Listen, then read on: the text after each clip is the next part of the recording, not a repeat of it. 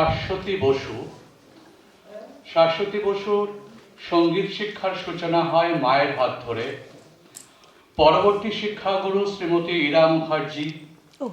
শাস্ত্রীয় সঙ্গীত শিক্ষা করেছেন তারাপদ চক্রবর্তীর সুযোগ্য ছাত্র স্বর্গীয় শিবনাথ মুখোপাধ্যায়ের কাছে।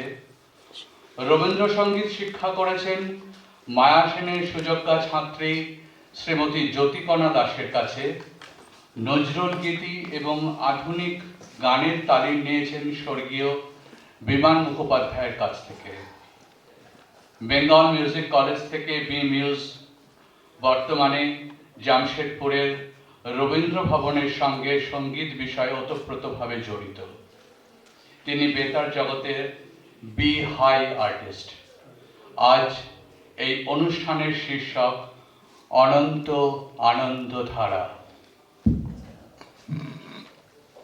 আনন্দধারা বহিছে ভুবনে, আনন্দধারা বহিছে ভুবনে। দিন রজনী কত অমৃত রস উথলে যায়, অনন্ত গগনে আনন্দধারা বহিছে ভুবনে। পান করে রবি শশী অঞ্জলি ভরিয়া, সদা দীপ্ত রহে অক্ষয় জ্যোতি। পান করে রবি শশী অঞ্জলি ভরিয়া, সদা দীপ্ত রহে অক্ষয় জ্যোতি। নিত্য পূর্ণ ধারা জীবনে কিরণে, আনন্দধারা বহিছে ভুবনে। বসিয়া আছো কেন আপন মনে, স্বার্থ নিমঙ্গন কি কারণে। বসিয়া আছো কেন আপন মনে, স্বার্থ নিমঙ্গন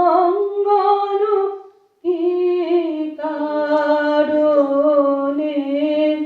চারিদিকে দেখো চাহি হৃদয় প্রসারে, ক্ষুদ্র দুঃখ সব তুচ্ছ মানি। চারিদিকে দেখো চাহি হৃদয় প্রসারে, ক্ষুদ্র দুঃখ সব তুচ্ছ মানি। প্রেম ভরিয়া নব শূন্য জীবনে, আনন্দধারা বহিছে ভুবনে, আনন্দধারা বহিছে ভুবনে।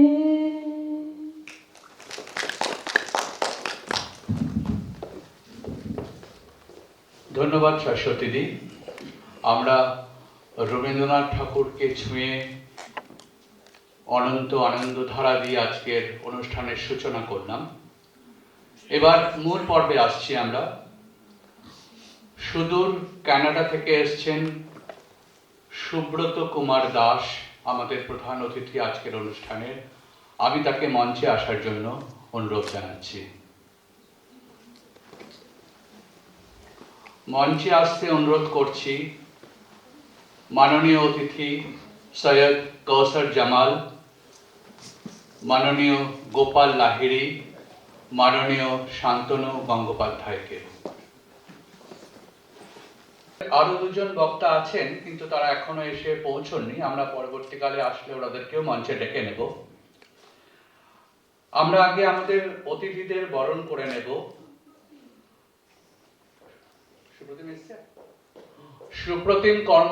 সুপ্রতিম কর্মকার মঞ্চে চলে আসুন।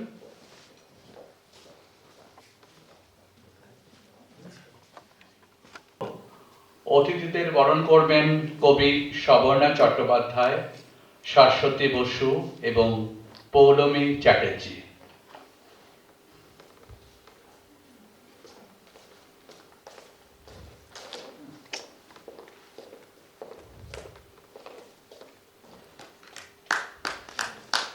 একটু পাশ থেকে করুন, আপনার ফেসটা পাচ্ছি না। হ্যাঁ, একটু সাইড করে বলে, ঠিক আছে।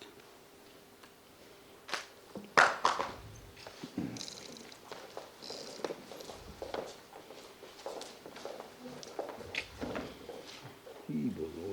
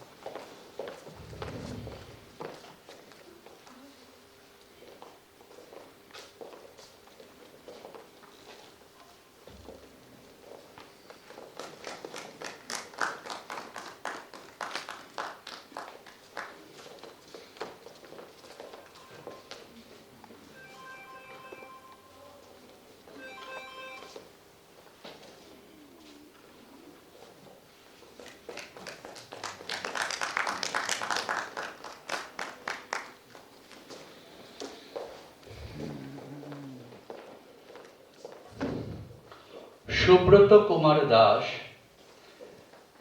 লিখিত, অনুদিত এবং সম্পাদিত বইয়ের সংখ্যা 31। কানাডা জার্নালের উদ্যোক্তা। 2003 সালে বাংলা সাহিত্য নিয়ে প্রথম ওয়েবসাইটের উদ্যোগ নেন। 2018 সালে গায়ত্রী গামার্স মেমোরিয়াল পুরস্কার এবং 2023 সালে কানাডার শ্রেষ্ঠ বাঙালি লেখকের পুরস্কার লাভ করেন। 2021 সালে কানাডার শীর্ষ 25 অভিবাসী পুরস্কারের সংক্ষিপ্ত প্রার্থী তালিকায় অন্তর্ভুক্ত। আমরা এবার মাননীয় সুব্রত কুমার দাসকে তার বক্তব্য রাখার জন্য অনুরোধ করছি। তিনি বলবেন কানাডার সাহিত্য প্রসঙ্গে।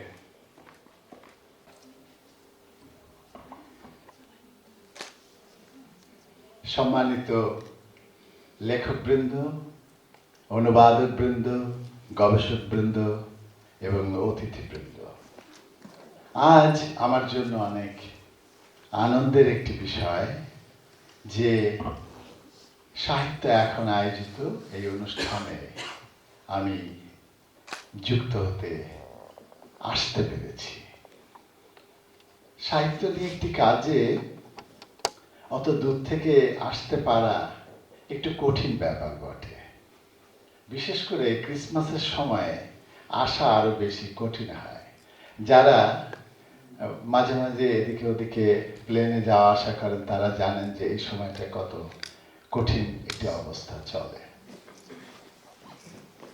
সাহিত্য এখন তারা কেন আজকে এই বিশেষ সংখ্যাটি কানাডা সাহিত্য নিয়ে করেছে এবং আমার কানাডা সাহিত্যের সাথে কিভাবে কতটুকু সংযোগ এবং সম্পৃক্তি তৈরি হয়েছে সেসব কথা যে পত্রিকাটি আজ প্রকাশিত হচ্ছে, যে সংখ্যাটি, তাতে আমি লিখেছি।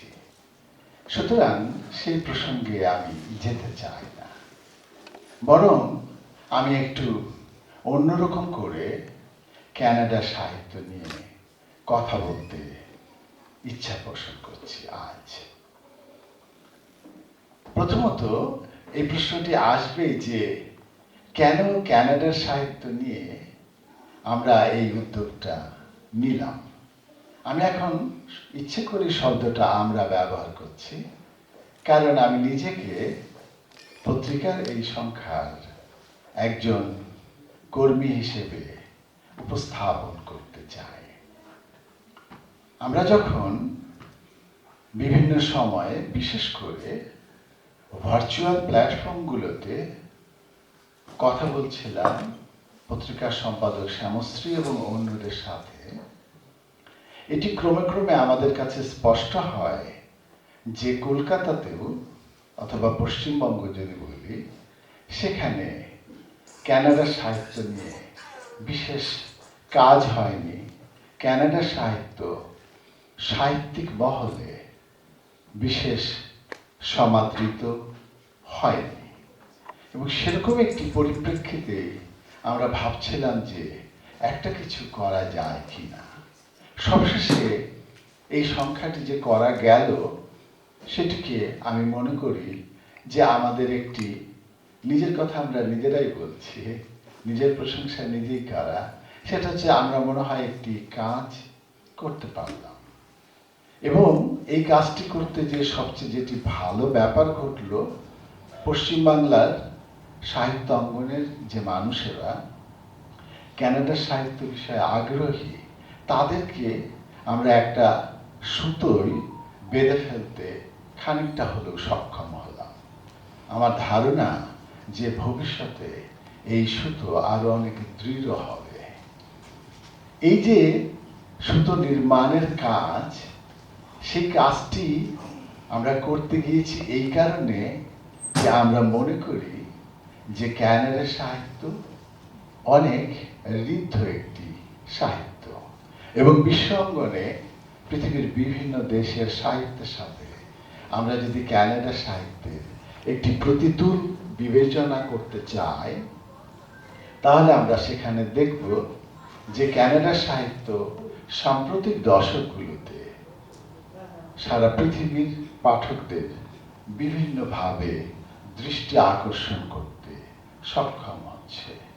সেই আকর্ষণের চূড়ান্তটি এসেছিল 2013 সালে, যখন এলিস মুনরো নোবেল পুরস্কার লাভ করেন।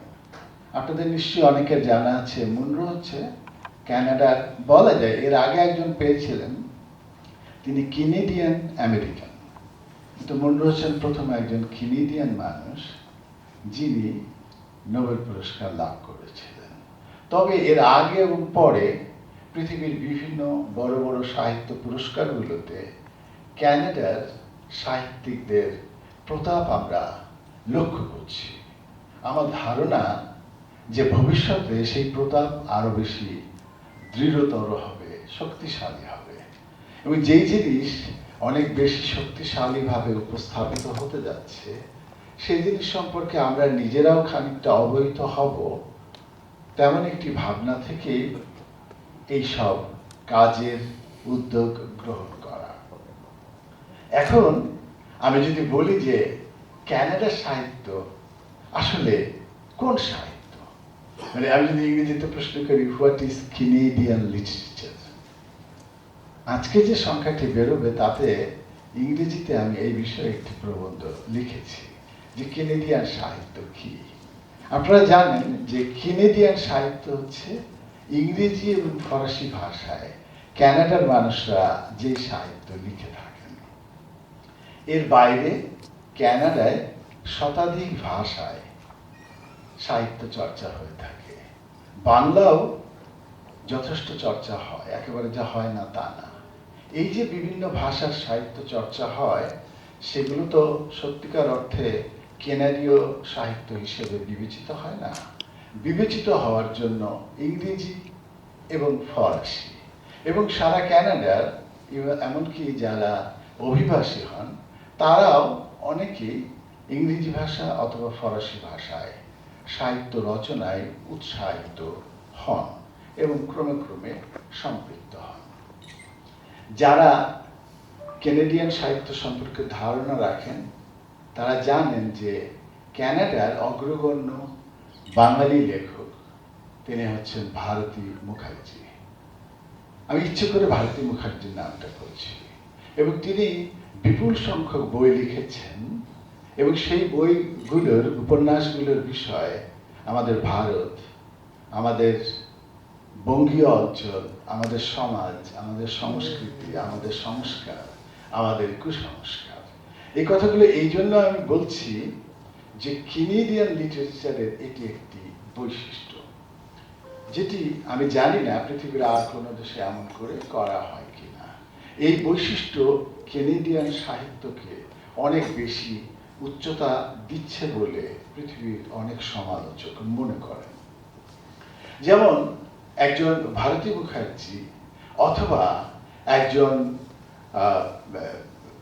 আরো একজন কবি, আরো একজন ঔপন্যাসিক যাদের পূর্বপুরুষ বাঙালি, তারা যখন আমাদের বঙ্গীয় অঞ্চল এমনকি বাংলাদেশ সেখানকার বিষয়, সেখানকার ইতিহাস, সেগুলো নিয়ে যখন সাহিত্য চর্চা করেন, সেই সাহিত্য কিন্তু ইমিগ্র্যান্ট লিটারেচার হিসেবে বাতিল হয়ে যায় না, বরং সে সাহিত্য হয়তো একটা সময় একটুখানি সেগুলো যাকে বলে একটু অবহেলিত হতো, কিন্তু সাম্প্রতিক সময়গুলোতে সে সাহিত্য যথেষ্ট আদৃত হয়ে থাকে।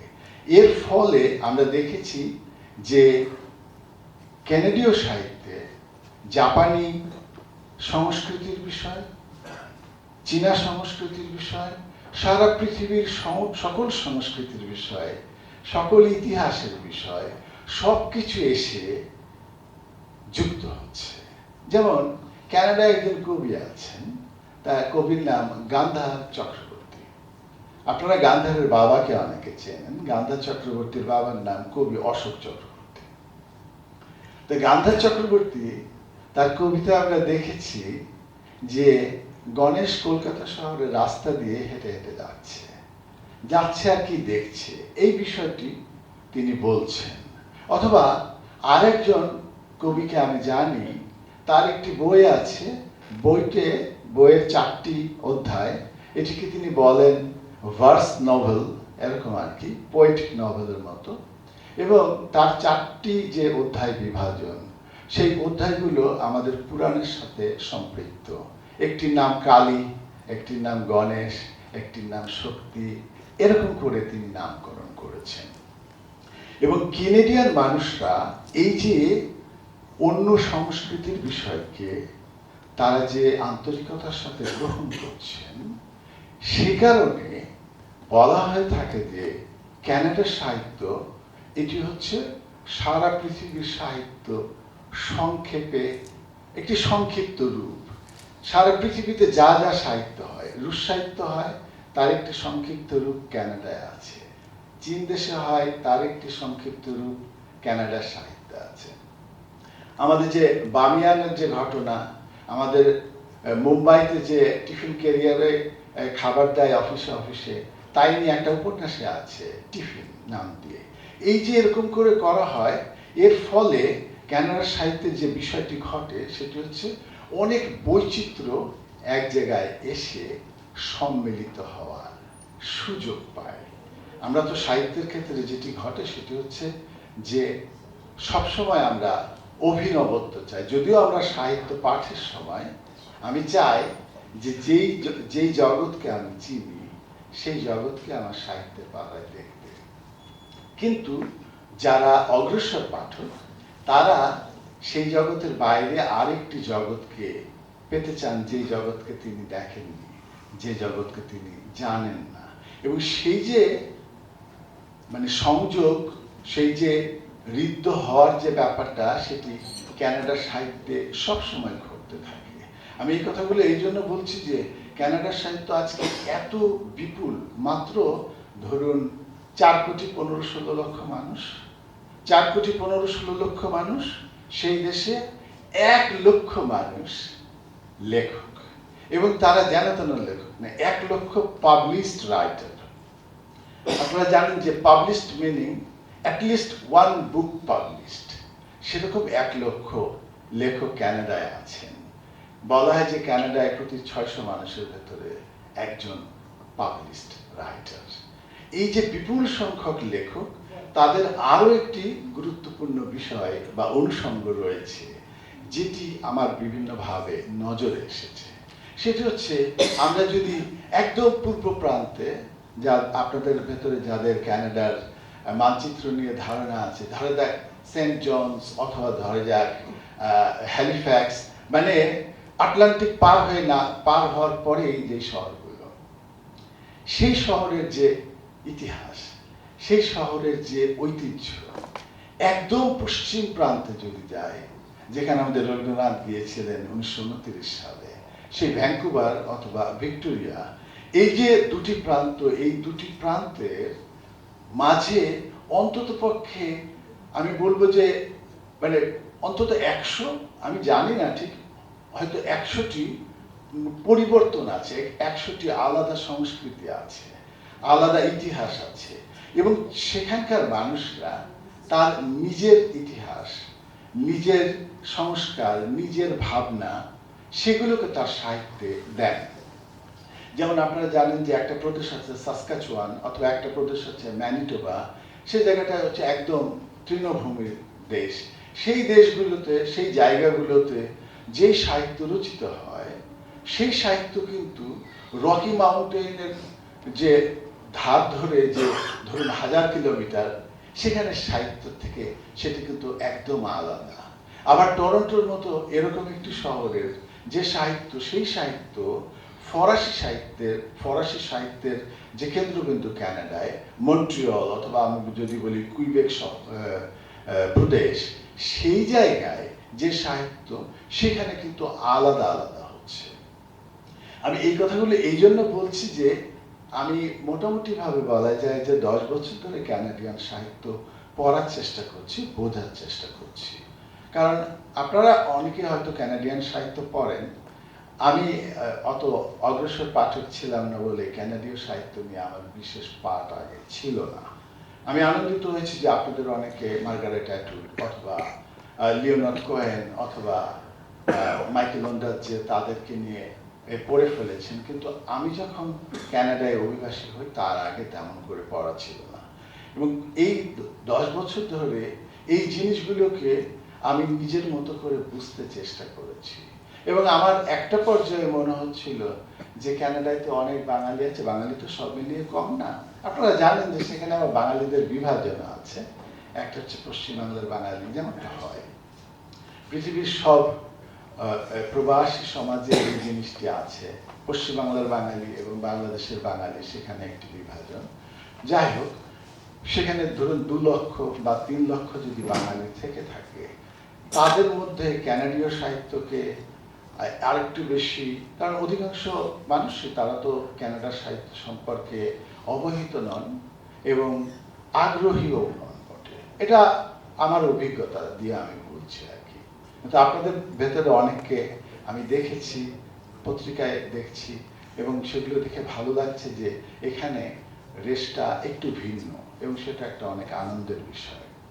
এবং আমার মনে হয়েছে যে যদি আমরা বাংলাদেশ এবং কলকাতায় যে সাহিত্যিক সমাজ, তাদের কাছে কানাডার সাহিত্যকে আর একটু নিজেদের উদ্যোগে একটু পৌঁছানোর চেষ্টা করি, তাহলে হয়তো এটি একটা উদ্যোগ হিসেবে কখনো বিবেচিত হবে। আমার ক্ষেত্রে একটু বিষয়টা ভিন্ন এই কারণে যে আমি তো কানাডায় অভিবাসী, আমি সেখানকার নাগরিক হয়ে গিয়েছি। সে কারণে আমি এক ধরনের দায় বোধ করি যে দেশ আমাকে আশ্রয় দিয়েছে, কারণ এক সময় তো আমি দেশ শূন্য হয়ে যাওয়ার মতো হয়ে গিয়েছিলাম, কিন্তু আমি নিরাপত্তার কারণে যে দেশে যাই তার নাম কানাডা, এবং সেই কানাডার প্রতি আবার ঋণ শোধ করার প্রশ্নে আমি হয়তো কানাডার সাহিত্য নিয়ে বেশি করে কাজ করতে চাই। কিন্তু এর বাইরেও যদি ঋণ শোধের প্রশ্ন নাও থাকে, তারপরও পৃথিবীর একটি ভাষা তো বলা যাবে না, কারণ আমরা তো ইংরেজি ভাষার সাহিত্য পড়ে থাকি এবং আমাদের অনেকেই যথেষ্ট অবহিত। মানে একটি অঞ্চলের সাহিত্য, সেই সাহিত্য এত ব্যাপকভাবে স্ফীত হচ্ছে, সেই বিষয়টি আমরা যদি অবহিত হই এবং পরস্পরের সাথে তা নিয়ে আমরা যদি মত বিনিময় করি, আমার মনে হয় যে ভবিষ্যতে এটি আমাদেরকে অগ্রসরণের পথে, সাহিত্যিক অগ্রসরণের পথে একটু হলেও ভূমিকা রাখবে। আজকের এই উদ্যোগে আপনারা সবাই এসেছেন, আমার কৃতজ্ঞতার শেষ নেই। যারা আমাকে আমন্ত্রণ করেছেন তাদেরকে অনেক অনেক ধন্যবাদ এবং কৃতজ্ঞতা জানাই।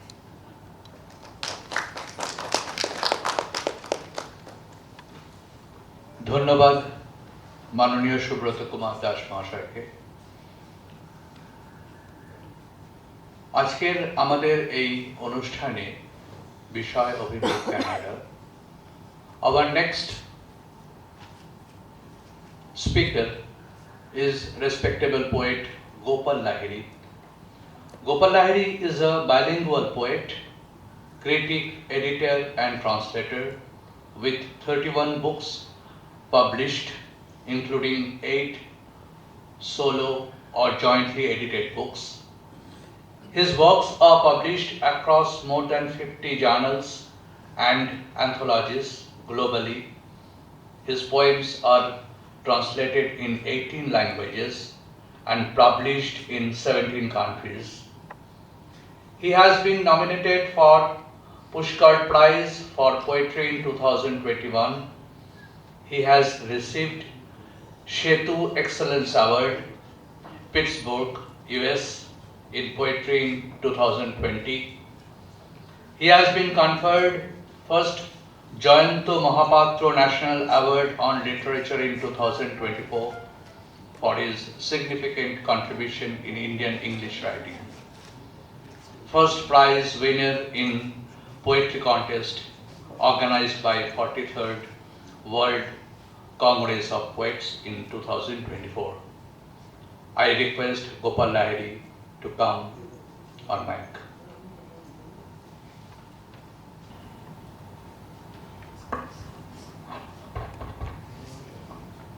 First of all, I must thank Shamsri and Shaitakam for inviting me, and thank you, Deepankar, for this introduction.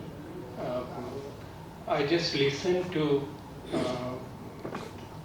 the first lecture which is given by Subhrata Babu, and I'm really amazed that a person from Canada who is here, and we are discussing about the Canadian literature, and he very rightly mentioned that Canadian literature is not only English, and there is another part is French, and another important thing he mentioned that the landscape. Canada is a very big country compared to US. US also is very big, and always there is this landscape divisions are there between US and Canada, but Canada has much more rugged place to live, because the northern part of Canada towards the North Pole, it's a very difficult region for to stay there, and the prairie areas which he mentioned, and the of course more hospitable part is in the eastern part near this Atlantic. So this landscape is very much reflected on the literature of Canada very much. So we have to remember that this landscape plays a very leading part in Canadian literature. And another thing is that there are certain things which slightly are different from the US, because we are talking about American literature, I mean every now and then, and especially another southern part of America, the Latin American. In Bengal, everybody we know that Latin American literature is very popular here, because of so many poets translated the poets and writers of Latin America, because we somehow feel in sync with those writers and poets, and you can name anybody and everyone in the audience, they can tell immediately that talking about Pablo Neruda, Nicolas Parra, or Octavio Paz, or Marquez. There are so many writers which are at our own lips, and we can say very easily. But when we talk about Canada, US also, there are so many outstanding writers which we are always inclined to. I'm not talking about the British literature because that started and ends there in Shakespeare, and there's a long history there. But if you see that US that's adjoining Canada, they are always, we are also feel that they are there are the writers there who are very, very close to our heart. Starting from Walter Whitman or Ernest Hemingway, and coming back to the modern like Toni Morrison or maybe Maya Angelou. There are so many, Sylvia Plath, and there are so many writers and poets which we can memorize, we can tell, and there are many, many translations are there in Bengali, and we can correlate them with these outstanding writers and poets. But Canada, there is a big pause, which we have already heard from him, that, and he has already written, which I think that magazine they will release it later on. So there, of course, we will come to know about the how these transformations are there. But we believe that Canadian literature should come to the forefront now, because we have the other continents' literature, especially I'm talking about the English literature, because we are translating from the English to Bengali there, other than the different language, where very few people are adept to that, and they can translate directly from French, from Spanish. So those are there, but Canada, it's an English-speaking and French-speaking country, and if you think of the English part, there also we have not seen much progress here in a translation in Bengali, so our readers, Bengali readers, are not very conversant with them.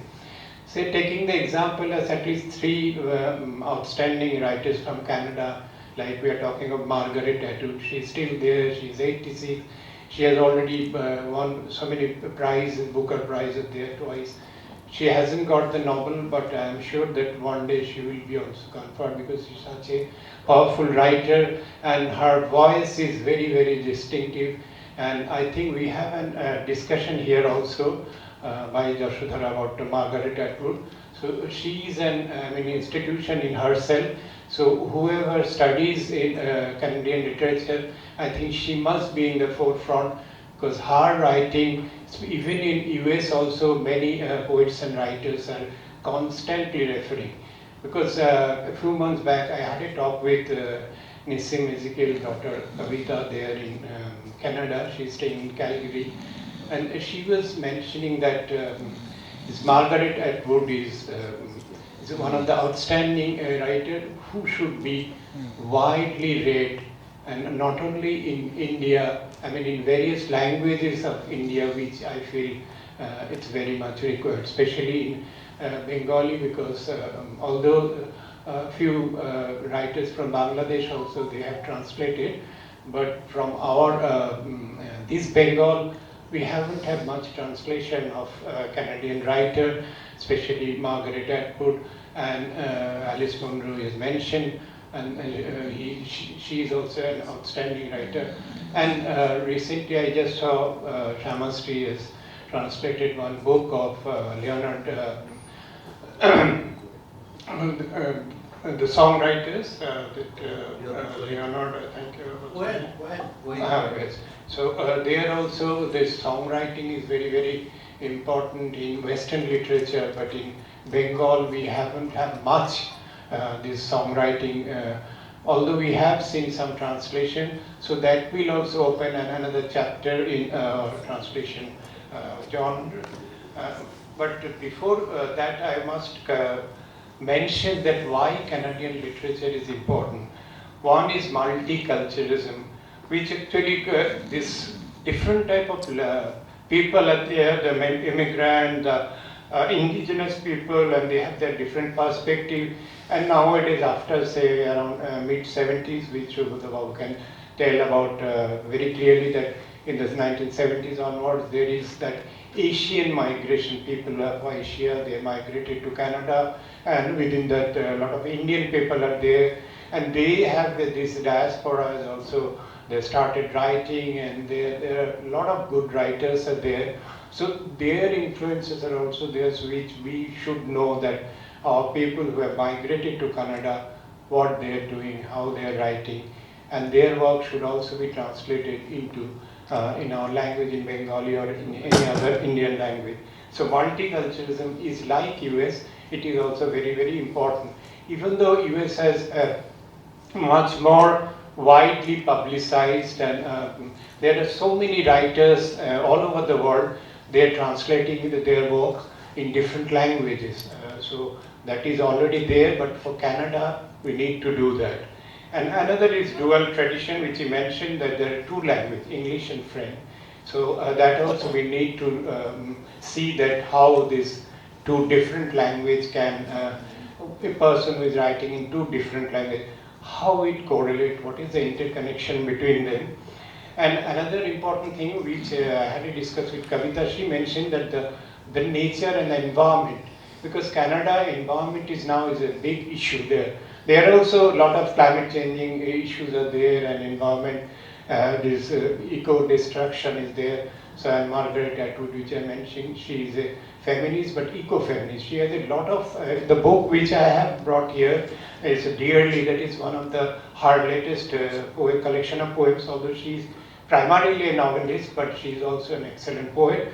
There we have seen many eco poems are there, which is very, very relevant today. And she's writing, and her latest collection of Pepperboat, which is a selection of her many outstanding work. So that book we also must read and must translate that Pepperboat book. And another, that environment, what Kavita says that, suppose after, because they have, Canada is a tough country there because winter is very long, and US compared to US is a much warmer country, and a lot of people love to stay in US rather than in Canada. That's why Canada, very few people are there compared to the area of their country. So that also, that environment is very important in Canada, how it reflects on their literature, and it will be coming always about this landscape, this nostalgia, this loneliness, this depression.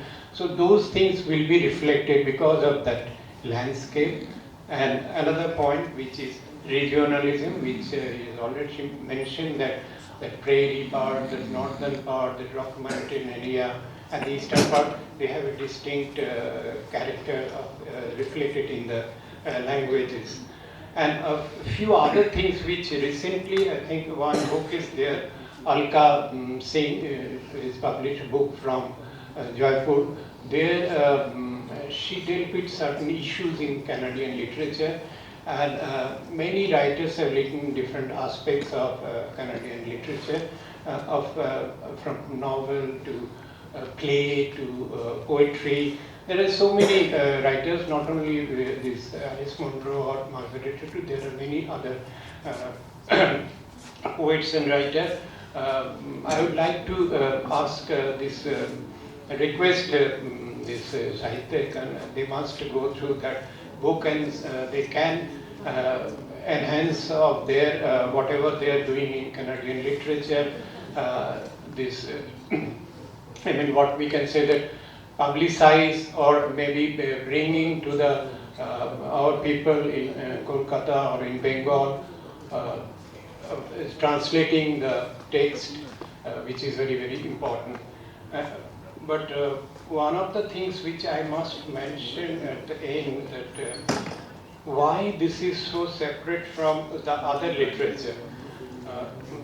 If you see the US or in British literature, why they have been very easily accessible, because so many academics or writers, they are working on that continuously over 100 to 200 years, and it has become almost a household, if any, we talk about the writers and poets.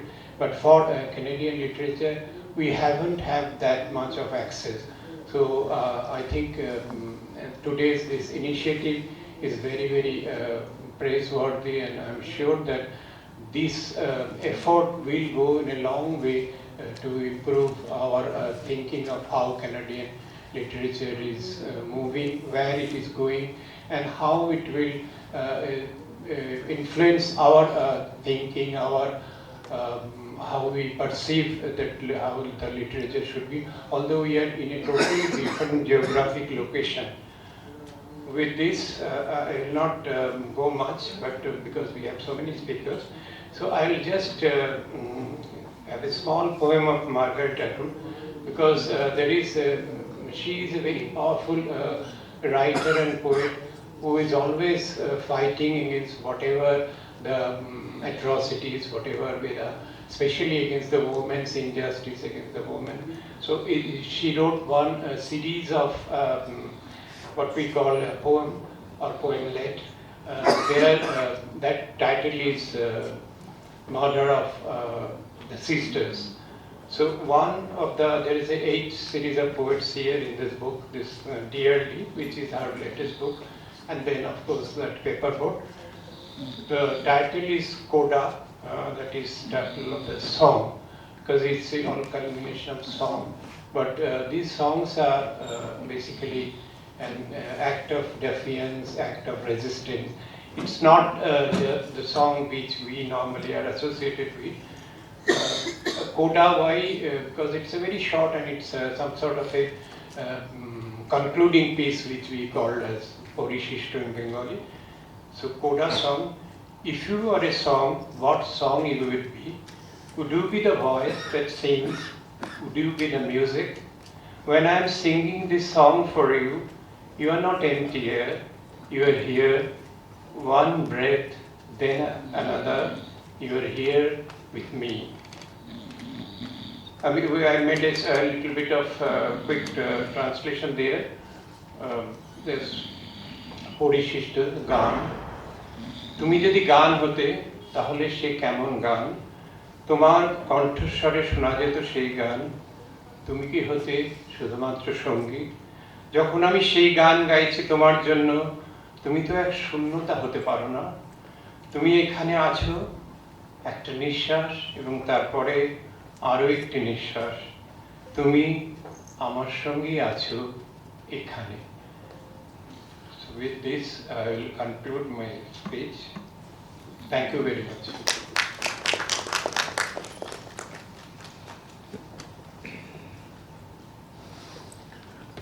Thank you, Mr. Gopal Lahiri. Mr. Gopal Lahiri is also invited to read his poetry in our English poetry reading session, but he has to go other place. So we would request Mr. Lahiri to recite his poem now.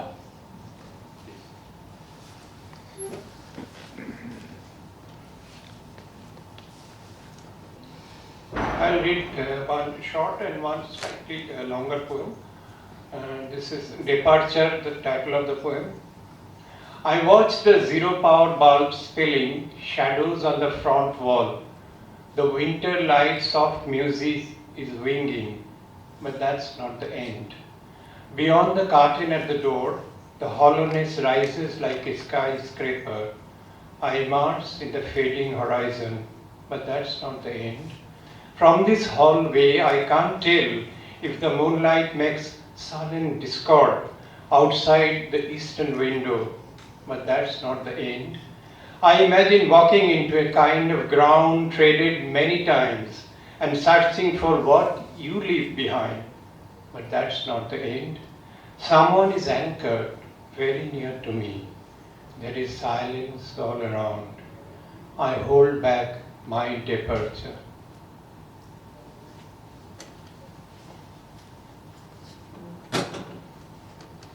And my second poem is Akhmatova, Are You Still There? This is actually inspired by one poem by Akhmatova in memory of MB. She is talking about a friend who has died in a war. So it's inspired by that. Akhmatova, Are You Still There? In the modern context. It is a cold winter evening, sick with grief. The wind blows with absolute madness. A bomb has crashed at the distant land, another bomb in a charity hospital. Silence dips in occasional wail. Children lie in crushed bits. Infants are dropped in the wastebasket. Mother's eyes are all frozen. Another bomb in the courtyard, another in the community kitchen. A few masked men tuck their arms against the chest like a dirty duck. They run like ghosts through a narrow alley. Bare trees sigh and mourn with their burnt hands. Akhmatova, you are still there? With all the others having vanished into the dense fog, still smouldering on a slow fire, the splitting skulls bleeding red.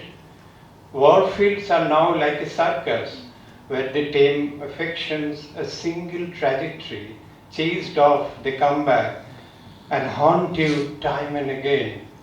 No roses this time on the mass grave, with your stick of burning incense, a memory is born inside the stifling wall, with deep truth and muted echoes. Nobody says a word under the crumbling sky. Akhmatova, you stand alone, caught as you are in time and space.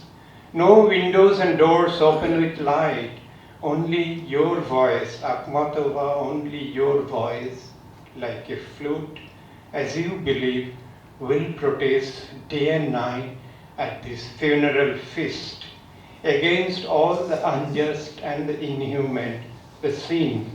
You will be among us with the torch in your hand. Thank you.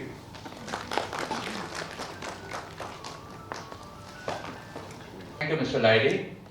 আমরা এই পর্বের এবার দ্বিতীয় ভাগে আসব, দ্বিতীয় ভাগ অনুবাদ প্রসঙ্গে। সৈয়দ কৌসর জামাল তার কবিতার শুরু 70-এর দশকে কলকাতা বিশ্ববিদ্যালয় থেকে ইংরেজি সাহিত্যে স্নাতকোত্তর ডিগ্রি লাভের পর তিনি আকাশবাণীতে প্রোগ্রাম অফিসার হিসেবে দায়িত্ব পালন করেছেন প্রায় 35 বছর। বিশ্বভারতী, ভারতীয় বিদ্যা ভবন এবং টেকনো ইন্ডিয়ায় মাস কমিউনিকেশন তথা জনসংযোগ বিষয়ে পাঠদান করেছেন। তার কাব্যগ্রন্থের সংখ্যা 12টি। ফরাসি কবিতা অনুবাদ করেছেন, লিখেছেন ফরাসি কবিতা বিষয়ক বেশ কিছু গ্রন্থ। তিনি আশালতা স্মৃতি পুরস্কার, প্রগতি পুরস্কার, অনুবাদ পত্রিকা ট্রান্সলেশন সম্মাননা সহ আরও বহু পুরস্কারে সম্মানিত হয়েছেন। আমি এবার বিশিষ্ট অতিথি সৈয়দ কৌসর জামালকে তার বক্তব্য রাখার জন্য অনুরোধ করছি।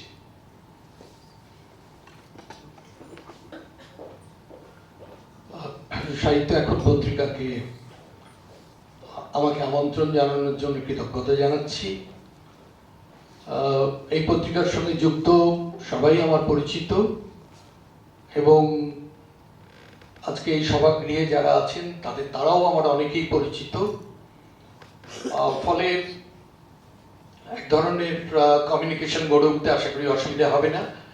আর তাছাড়া আমি যে বিষয়টি নিয়ে বলছি সেটি খুবই বহু চর্চিত একটি বিষয়, বিশেষ করে সাম্প্রতিককালে অনুবাদ। সমস্ত পত্রপত্রিকায় দেখবেন একটা অনুবাদ এর বিভাগ তৈরি হয়েছে। এটা খুব সাম্প্রতিক হয়তো নয়, কিন্তু খুব সাম্প্রতিককালে এর চর্চা অনেক বেড়েছে। ইদানিং প্রচুর অনুবাদ কবিতা পত্রপত্রিকায় প্রকাশিত হচ্ছে, অনুবাদ গ্রন্থ প্রকাশিত হচ্ছে। সুতরাং অনুবাদ সম্পর্কে আলোচনাও সেই সঙ্গে সঙ্গে বাড়ছে। আমি একটি পত্রিকার সঙ্গে যুক্ত, একটি পত্রিকার সম্পাদক মণ্ডলীতে আছি এবং সেই পত্রিকাটির পরবর্তী সংখ্যা, সেই সংখ্যার বিষয় হচ্ছে অনুবাদ। এবং সেই পত্রিকাটির কিছু কাজ করতে গিয়ে দেখলাম যে আবার নতুন করে অনেক ইতিহাস চর্চা করার সুযোগ হলো। যে অনুবাদের ইতিহাস তো আজকের নয়, ধরুন বিদেশে এখন এই অনুবাদ কেন প্রয়োজন? অনুবাদ প্রয়োজন এই কারণেই যে আমরা অন্য ভাষা, যে ভাষাগুলো জানি না সেই ভাষাগুলোর সাহিত্য আমরা পড়তে চাই, সেই ভাষার সাহিত্য সংস্কৃতির খবর রাখতে চাই বলেই আমরা অন্য ভাষার অনুবাদ করি বা পড়তে চাই। কিন্তু এবং যেহেতু পৃথিবীতে এত অজস্র ভাষা, সব ভাষা তো আমাদের একজনের পক্ষে একার পক্ষে জানা সম্ভব নয়, সুতরাং যারা সেই ভাষাগুলো জানেন তারা যখন অনুবাদ করে আমাদের সামনে প্রেজেন্ট করেন তখন আমাদের পক্ষে সুবিধা হয় সেই ভাষার আর সাহিত্য সম্পর্কে খোঁজ খবর রাখার এবং সে সম্পর্কে অবহিত হওয়ার। যে কারণে এই যে অনুবাদ ব্যাপারটার প্রয়োজনীয়তা এত বেশি যে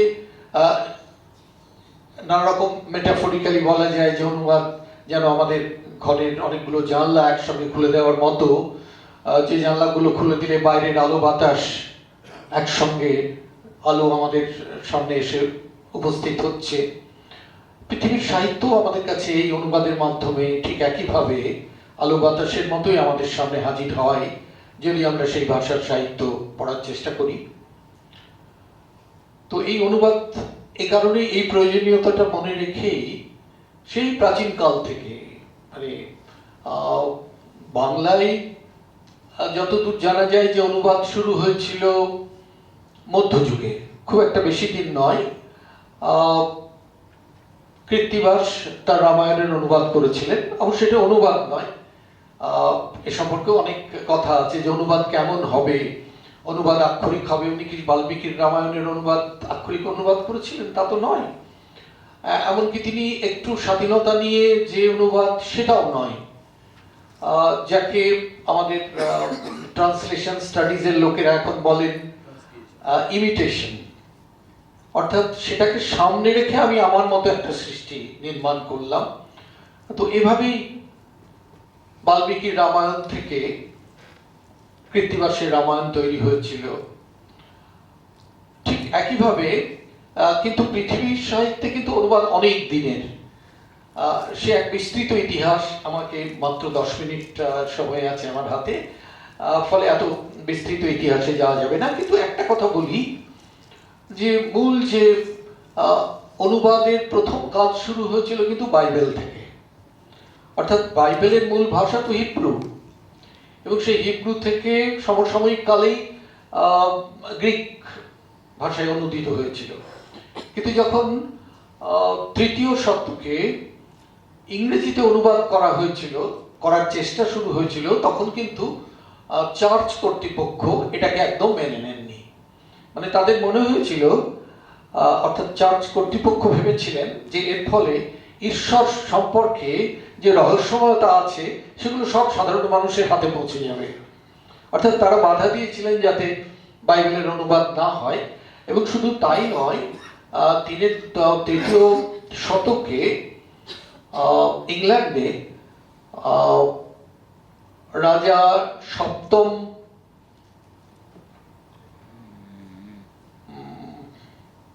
জেমস নয় আর একজন, তার আমলে একজন অনুবাদক, অর্থাৎ তিনি বাইবেলের ইংরেজিতে অনুবাদ করেছিলেন, তাকে মৃত্যুদণ্ড দেওয়া হয়েছিল। ফলে তাকে বলা যায় যে অনুবাদের সহিত সেই উইলিয়াম টেন্ডিল তিনি ইংরেজিতে অনুবাদ করার চেষ্টা করেছিলেন এবং তাকে মেরে ফেলা হয়। ইংল্যান্ডে আরো দীর্ঘদিন মানে অনেকগুলো শতক লেগে গেছিল বাইবেলের অনুবাদ হতে, এবং সেই অনুবাদ হয়েছিল 7দশ শতকে। অর্থাৎ অনেক মাঝে অনেক দিন পেরিয়ে যাওয়ার পরে যখন রাজা কিংস জেমস তিনি উদ্যোগ নেন, এবং দেখবেন king James translation of the Bible, খুব পরিচিত বাইবেল। তো এভাবেই বাইবেল অনুদিত হয়েছে বিদেশে, এবং এখন তো সমস্ত ভাষা থেকে সমস্ত ভাষায় অনুবাদ হচ্ছে। এবং আমাদের ক্ষেত্রে বাংলায় যে মধ্যযুগ বললাম, অর্থাৎ 5ম, 6ম, 7ম, এই সময়টাতে প্রচুর অনুবাদ হয়েছে। বাংলায় শুধু নয়, বাংলায় অনুবাদ হয়েছে ফার্সি থেকে, তখন তো ফার্সি ভাষার চল ছিল আমাদের এই দেশে। ফার্সি থেকে, আরবি থেকে, সংস্কৃত থেকে প্রচুর অনুবাদ হয়েছে। এবং সেই সমস্ত অনুবাদের কিন্তু নানা রকম ভাবে অনুবাদগুলো হয়েছে। সবগুলোই যে খুব আক্ষরিক অনুবাদ, সবগুলোই যে সামান্য স্বাধীনতা নিয়ে মূল বিষয় থেকে দূরে না গিয়ে বা সম্পূর্ণ স্বাধীনতা নিয়ে, যাকে আমি একটু আগে বললাম যে ইমিটেশন, সেরকম নিয়ে। তো এইভাবে অনেক রকমের অনুবাদ হয়েছে আমাদের ওই সময়ে। তারপরে তো জানেন যে প্রত্যেকেই আমাদের যত উল্লেখযোগ্য সাহিত্যিক, বাংলা সাহিত্যের কবি, সাহিত্যিক, লেখক সবাই অনুবাদ করেছেন।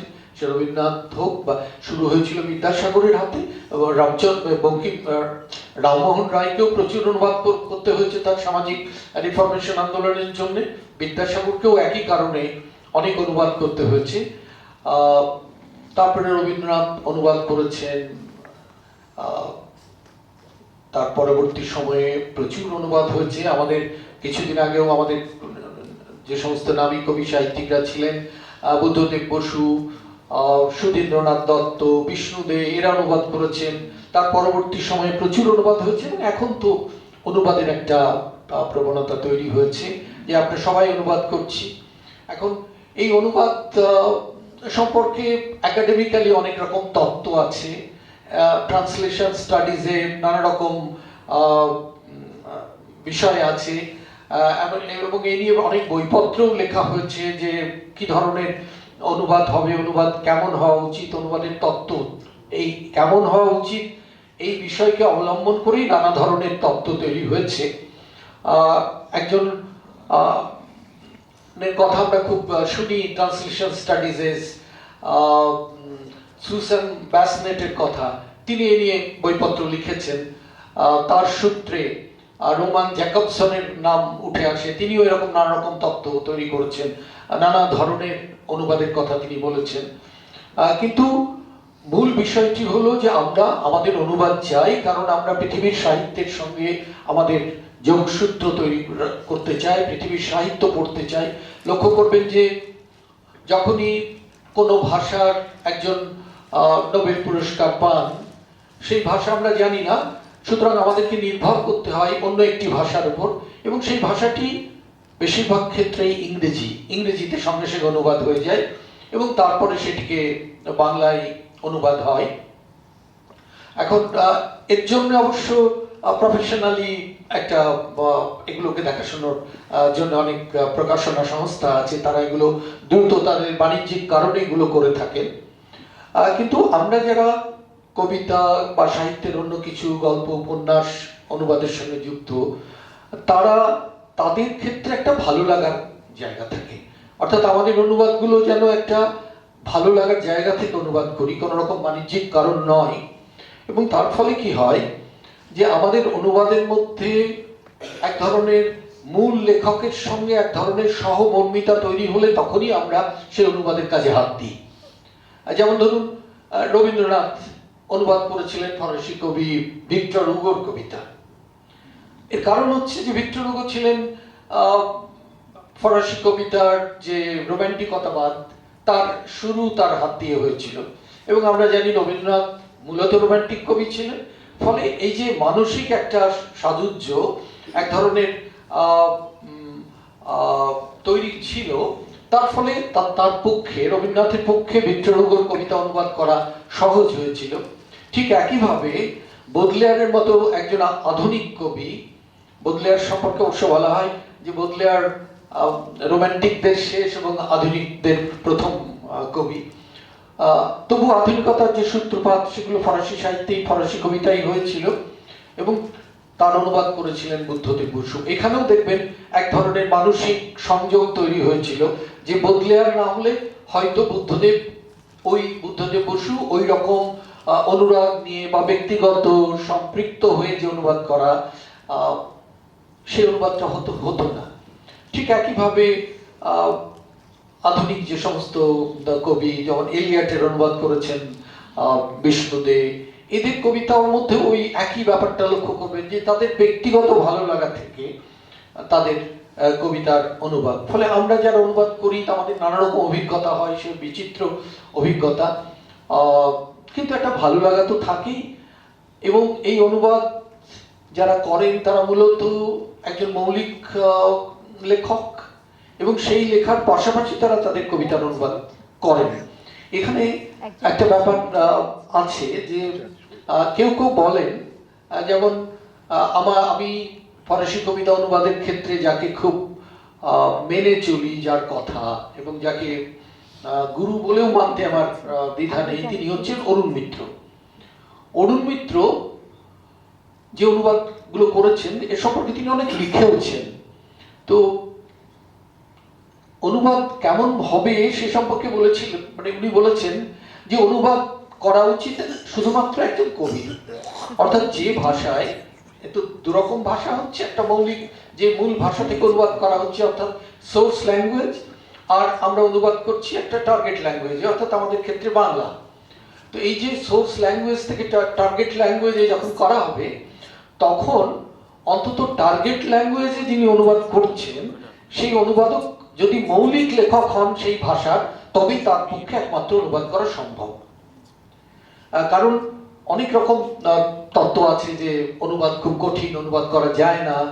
অর্থাৎ কবিতা, আর এরকমও বলা হয় যে একটি কবিতা একটি ভাষায় একবার মাত্র লিখিত হবে। তা যদি হয় তো সে ভাষার কোনো অনুবাদ সম্ভব হয় না। আমি রোমান জ্যাকবসনের নাম করলাম, তিনিও ঠিক একই কথা বলেছেন যে কবিতার কোনো অনুবাদ হয় না। কিন্তু অনুবাদ যখন আমরা করি, যিনি করেন তিনি যদি সেই ভাষার অর্থাৎ অনুবাদিত ভাষার মৌলিক কবি হন, তাহলে তার পক্ষে সেই কবিতার বিষয়গুলোকে ধরা অনেকখানি সুবিধে হয় এবং যার ফলে অনুবাদটা অনেক বেশি সহজ হয়। এটা অরুণ মিত্র বলেছেন, লিখেছেন। এছাড়া আরেকজন ফরাসি ভাষা থেকে বাংলা ভাষার অনুবাদক পুষ্কর দাশগুপ্ত, তার লেখাতেও আমি এই ব্যাপারগুলো পড়েছি। তো এই কারণ দেখুন, একটা অনুবাদ মানে তো শুধু একটা ভাষা থেকে একটা ভাষায় আসা নয়, একটা ভাষার সঙ্গে একটা সংস্কৃতির যোগ আছে। অর্থাৎ কেউ কেউ বলেন ভাষাই হচ্ছে সংস্কৃতি। তো সেই সংস্কৃতিকে না জানলে, এবং অদ্ভুতভাবে দেখবেন যে ফরাসিতে ট্রান্সলেট করার, টু ট্রান্সলেটের ফরাসি হচ্ছে ত্রাদুইর। এখন এই ত্রাদুইরের মূল শব্দের অর্থ হচ্ছে টু পাস অন। তাহলে আমরা কি শুধু একটা ভাষার মধ্যে তাহলে কি পাস অন করছি? শুধু কাব্যটুকু? তা তো নয়। আমরা পাস অন করছি এক দেশের সংস্কৃতিকে আরেক দেশের সংস্কৃতির কাছে। অর্থাৎ অনুবাদ শুধু ভাষা নয়, অনুবাদ সেই ভাষার সংস্কৃতিরও অনুবাদ। অর্থাৎ আমরা, এবং এই সংস্কৃতি যদি না জানি, অর্থাৎ আমি যখন ফরাসি থেকে বাংলায় অনুবাদ করছি, ফরাসি ভাষার শুধু নয়, ফরাসি সংস্কৃতির সঙ্গে যদি আমি যদি অবহিত না হই, তাহলে আমার পক্ষে নানা রকম ভুল তৈরি হওয়ার সম্ভাবনা হয়। যেমন ধরুন, জীবনের সিন্ধু সারস অনুবাদ করেছিলেন একজন বিদেশি পণ্ডিত, এবং তিনি ওই সিন্ধুকে, এখানে সিন্ধু সারস বলতে তো সমুদ্রের অনুষঙ্গ আছে সিন্ধু, কিন্তু সিন্ধুর তো আরেকটা অর্থ আছে। সিন্ধু হচ্ছে একটি নদী, যে নদীটি এখন পাকিস্তানের অন্তর্গত। তো সেই সিন্ধু নদী, উনি সেই সিন্ধু নদীর অর্থে ধরে নিয়েছিলেন, যা তিনি ইন্দাস স্টক করেছিলেন অনুবাদ। কিন্তু তা তো নয়, সিন্ধু সারস তা নয়। ঠিক একইভাবে রবীন্দ্রনাথের, আমি জাস্ট একটি দুটি উদাহরণ দেওয়ার জন্য এই কথাগুলো বলছি, যে রবীন্দ্রনাথের যে অরূপ রতনের অনুবাদ করেছিলেন আগলি জেম, অর্থাৎ অরূপ মানে রূপহীন এই অর্থ করে। অর্থাৎ অরূপ বলতে যে বাংলায় যে শব্দ, তার সঙ্গে যে সাংস্কৃতিক চেতনা, এটুকু না থাকলে কিন্তু এই অনুবাদ সম্ভব নয়, এটুকুই আমি বলার চেষ্টা করছি। ফলে অনুবাদ অত্যন্ত জটিল। শুধু ভাষা জানা নয়, যে ভাষায় অনুবাদ করছি সেই ভাষাতে আমার দক্ষতা থাকতে হবে, এবং একজন মৌলিক লেখক হলে আরো ভালো হয়। এবং যে ভাষা থেকে অনুবাদ করছি সেই ভাষার সংস্কৃতি সম্পর্কে আমার ধারণা থাকা চাই। সেই ভাষা সংস্কৃতির সঙ্গে যদি যোগ না থাকে আমার, তাহলে অনুবাদ অনেক কঠিন হয়ে যায়। যেমন আমি আমার ব্যক্তিগত একটি উদাহরণ দিয়ে শেষ করব আজকে আমার কথা। আমি জেরার্ড দ্য নেটভাল ফরাসি কবিতার অনুবাদ করতে গিয়ে, এখন নেটভালের কবিতার মধ্যে অজস্র মিথ ব্যবহার করেছেন উনি। অনেক গ্রিক মিথ আছে, এবং কিছু কমন মিথ আছে। তো সেগুলো তো আমি অনুবাদ করার সময় তার টিকা দেওয়ার চেষ্টা করেছি প্রত্যেকটি কবিতার সঙ্গে সঙ্গে। প্রচুর মিথ ব্যবহার করেছেন একটি কবিতায়। একটি জায়গায় এসে আমি আটকে গেলাম, মার্তা বলে একজন দেবীর কথা বলছেন, দেবী মার্তা। তো কে দেবী মার্তা? আমি সমস্ত রকম যে মিথের যে বই, ইতিহাস খুঁজে কোথাও মার্তা দেবীর সন্ধান পেলাম না। তারপরে আমি কোনো টিকা দিতে পারলাম না এবং দেবী মার্তা বলেই লেখাটি ফেলে রাখলাম বেশ কিছুদিন, যে কোনোভাবে যদি উদ্ধার করা যায়। অবশেষে নেরভালের একজন জীবনীকার, তিনি তার কবিতা জীবনীর মধ্যে কিছু কবিতা তার কথাও বলেছেন, কবিতার ইতিহাসের কথা বলেছেন, প্রসঙ্গে বললেন যে মাঝে মাঝে নেরভালের প্রবণতা ছিল যে তিনি অনেক মিথ নিজে তৈরি করেছেন। ফলে এই যে দেবী মার্তা তার নিজের সৃষ্টি, মানে তিনি নিজেই এই দেবী মার্তাকে তৈরি করেছেন তার কবিতায়। ফলে অনুবাদক হিসেবে আমাকে প্রচন্ড রকম সমস্যার মুখোমুখি হতে হয়েছিল। তো এইটা জানার পরে আমি ধরে নিলাম তাহলে এই দেবী মার্তা ওর নিজস্ব দেবী। তো এরকম নানান সমস্যার মধ্যে মুখোমুখি হতে হয় আমাদের, বিশেষ করে সেই সংস্কৃতি যদি না জানা যায়। যেমন ধরুন আমি যখন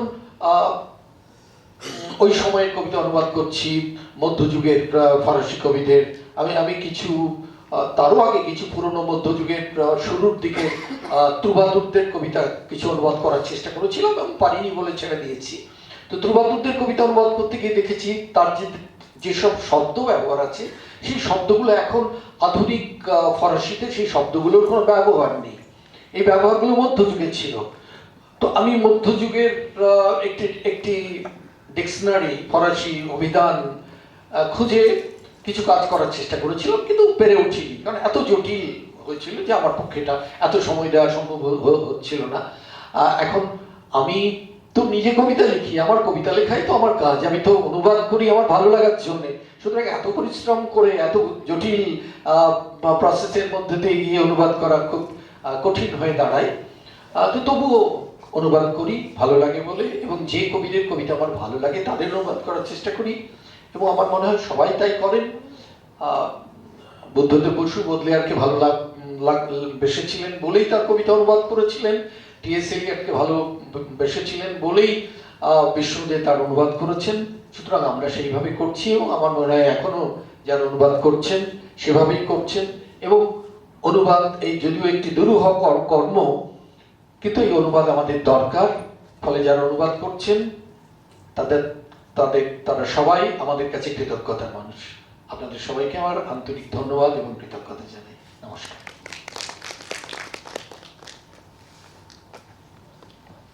ধন্যবাদ সৈয়দ গাসসাজ্জামান মহাশয়কে। অনুবাদের মধ্যে সংস্কৃতির যোগ এবং অনুবাদ ও অনুবাদকের সমস্যা নিয়ে আমরা বেশ কিছু কথা শুনলাম এবং জানলাম, ঋদ্ধ হলাম। আমরা সবাইকে অনুরোধ করছি, আপনারা নিশ্চয়ই জানেন যে একটি ছোট পত্রিকা বের করতে কতটা শ্রম লাগে এবং অর্থ লাগে। আপনারা সবাই যারা এখনো গ্রাহক হননি আমাদের পত্রিকার, তারা গ্রাহক হন। বাইরে গ্রাহক হওয়ার ফর্ম আছে, আজকে গ্রাহক হবার ফর্ম ফিল আপ করে যান। আজকেই যে গ্রাহক হতে হবে তা নয়, পরবর্তীকালেও তারা হতে পারবে। এটি আপনাদের কাছে আমার বিনীত অনুরোধ। পরবর্তী বক্তা যিনি আসবেন, তিনি সাহিত্য আকাদেমির এই প্রাক্তন সহ সম্পাদকের অনুবাদে প্রকাশিত হয়েছে ইউ আর অনন্ত মূর্তির গল্প সংকলন, সূর্যের ঘোড়া ও অন্যান্য গল্প, নির্মল কান্তি ভট্টাচার্যের সঙ্গে যৌথভাবে। উত্তর পূর্বাঞ্চলের গল্প মাটির গান, এভান প্লেসারের দুটি স্লোভেনীয় উপন্যাস, অ্যানা ফ্রাঙ্কের ডায়েরি, হিটলারের আত্মজীবনী মাইন কাম্প সহ 8টি বই। আকাশবাণী কলকাতা ও দিল্লির প্রাক্তন সংবাদ পাঠক, অনুবাদ, বই সম্পাদনা, বাচিক শিল্প, অভিনয় ও নির্দেশনার সঙ্গে কাজে যুক্ত শ্রী শান্তনু গঙ্গোপাধ্যায়। আমি এবার শান্তনু গঙ্গোপাধ্যায়কে তার বক্তব্য রাখার জন্য অনুরোধ করছি।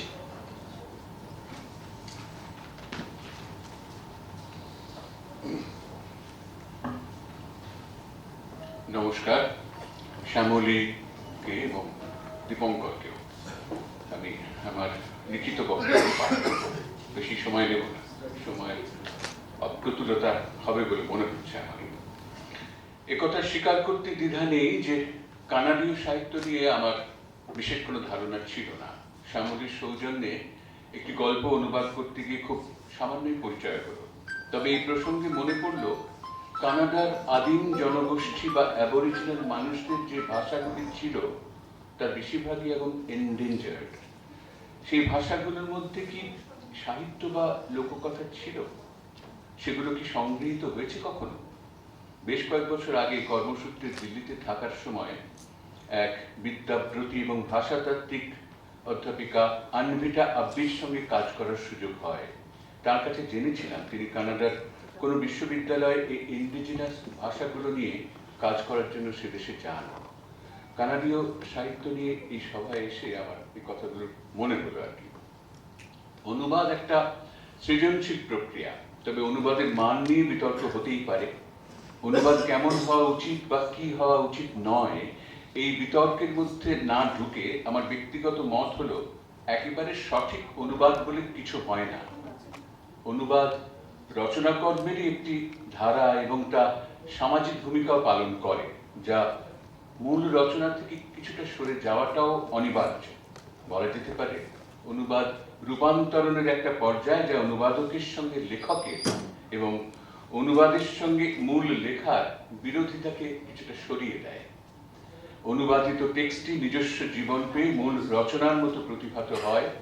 অনুবাদের নিশ্চিত হওয়া দরকার মূল রচনার অন্তর্নিহিত ব্যঞ্জনা এবং সূক্ষ্ম সাংস্কৃতিক দোতনা যেন হারিয়ে না যায়। কিন্তু তা কতটা সম্ভব? আর যখন আমরা মূল ইংরেজি বা ফরাসি বা জার্মান ভাষা থেকে বাংলায় অনুবাদ করছি সরাসরি, তখন তা অনেকটাই পাচ্ছি। কিন্তু যখন ধরুন ডোগরি কিংবা রাজস্থানী ভাষা থেকে অনুবাদ করছি, তখন তো আমাদের ইংরেজি বা হিন্দির মতো লিঙ্ক ল্যাঙ্গুয়েজের সাহায্য নিতেই হয়। তার মানে সোর্স ল্যাঙ্গুয়েজ এবং টার্গেট ল্যাঙ্গুয়েজের মধ্যে কিছুটা ব্যবধান থেকে যাচ্ছে। এই ব্যবধানকে কতটা সরিয়ে ফেলা সম্ভব? আমি যে প্রতিষ্ঠানে ছিলাম সেখানে অনুবাদ কর্মশালা আয়োজন করা হতো। সেখানে হিন্দি বা ইংরেজি ভাষার মতো লিঙ্ক ল্যাঙ্গুয়েজের মাধ্যমেই অনুবাদের কাজটা হলেও এক বা একাধিক সোর্স ল্যাঙ্গুয়েজ বা মূল ভাষার বিশেষজ্ঞকে রাখা হতো, যারা ভাষা ও সংস্কৃতিগত ব্যবধানকে সরিয়ে দেবার কাজে অনেকটাই সাহায্য করতেন। এখন আমার অভিজ্ঞতার কথা বলি। আমার প্রথম অনুবাদ গ্রন্থ ইউ.আর. অনন্তমূর্তির গল্পের একটি সংকলন, সেটি নির্মলকান্তির সঙ্গে যৌথভাবে করেছিলাম। তখন বেঁচে ছিলেন অনন্তমূর্তি, তার সঙ্গে বারে বারে আলোচনা করে কাজটা আমরা এগিয়ে নিয়ে গিয়েছিলাম। আবার দেশের উত্তর পূর্বাঞ্চলের বিভিন্ন এলাকায় কর্মসূত্রে যাতায়াতের কারণে সেখানকার লেখকদের সঙ্গে ব্যক্তিগত পরিচিতি ঘটে। সে কারণে যখন তাদের গল্প বা কবিতা ইংরেজি থেকে অনুবাদ করেছি, তাদের সঙ্গে আলোচনা করেছি বারবার। বিশ্বাস পাটিলের একটি মারাঠি উপন্যাস অনুবাদ করতে গিয়ে ইংরেজি এবং হিন্দি দুটি টেক্সটই পাশাপাশি রেখে কাজ করেছি। এভাবেই আমি কিছু কাজ করার চেষ্টা করেছি। নবীন অনুবাদকদের কাছে আমার পরামর্শ হলো, ভারতীয় রচনার অনুবাদ করার সময় হিন্দি বা ইংরেজি আরেকটি টেক্সট যদি সংগ্রহ করতে পারেন তারা, তাহলে ভালো হয়। এখন সাহিত্য একাডেমি এবং ন্যাশনাল বুক ট্রাস্টের সৌজন্যে তা খুব একটা অলভ্য নয়। ধন্যবাদ, নমস্কার।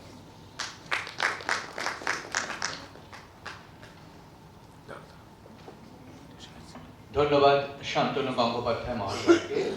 শুধু একটি সংশোধন, আমাদের সম্পাদকের নাম শ্যামলী নয়, শ্যামশ্রী রায় কর্মকার। যাই হোক, আমরা আমাদের পরবর্তী বক্তব্যের জন্য ডাকবো এবার সুপ্রতিম কর্মকার মহাশয়কে।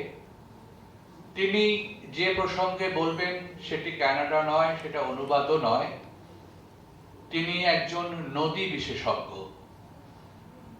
সুপ্রতিম কর্মকার ভারতের একজন সুপরিচিত নদী বিশেষজ্ঞ।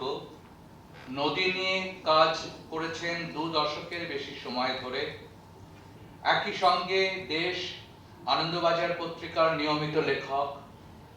নদী নিয়ে দীর্ঘ গবেষণার জন্য পেয়েছেন ডক্টর বীরেন্দ্রভূষণ সরস্বতী পুরস্কার। নমিতা চট্টোপাধ্যায় সাহিত্য সম্মান পেয়েছেন নদীজীবীর নোটবুক বইয়ের জন্য। জলের ইতিকথা, নদীর উপকথা বইয়ের জন্য পেয়েছেন কবি যতীন্দ্র মোহন বাগচি পুরস্কার। আমি এবার আমাদের অতিথি, মাননীয় অতিথি সুপ্রতিম কর্মকার মহাশয়কে তার বক্তব্য রাখার জন্য অনুরোধ করছি। নমস্কার সকলকে। এই শীতের সন্ধ্যায় আপনারা শীতের মধ্যে এসেছেন এবং আমাদের কথাগুলোকে শুনছেন, এই জন্য আমি কৃতজ্ঞ। আমি কৃতজ্ঞতা জানাচ্ছি সাহিত্য এখন পত্রিকাকে, যার উষ্ণ আহ্বানে সাড়া না দিয়ে পারা যায় না। এতগুলো কঠিন কথার পর আমার কথা মানে এত গুণী মানুষগুলোর সামনে বলতে বড় ভয় লাগছে, যদি ভুল করে ফেলি। তাই যদি ভুল টুল হয়ে যায় তাতে যাতে ঢিল পাটকেল দেবেন না, এটুকু আগে থেকে মার্জনা চেয়েছে। কিন্তু বিষয় হচ্ছে, আমার যে আজকের বক্তব্য, সেখানে সাহেবরা কি করে এই ভারতবর্ষের নদীকে দেখেছিলেন সেটাকে। তা এই বিষয়টা একটা অদ্ভুতভাবে মাথায় এসেছিল। তখন জেমস রেনেল সাহেবের একটি ব্যক্তিগত কালেকশনে বা আমার সংগ্রহে প্রায় ভারতবর্ষের এবং বাংলার 1000 মানচিত্র রয়েছে, যেগুলো খুবই বিরল মানচিত্র। তাও রয়েছে দেশ বিদেশ থেকে, সেগুলো আনানো হয়েছে, আছে আমার কাছে। তা এই জেমস রেনেল সাহেবের যে অ্যাটলাসটি পাওয়া যায়, বেঙ্গল অ্যাটলাস, সেখানে 12টি মানচিত্রকে পাওয়া যায়।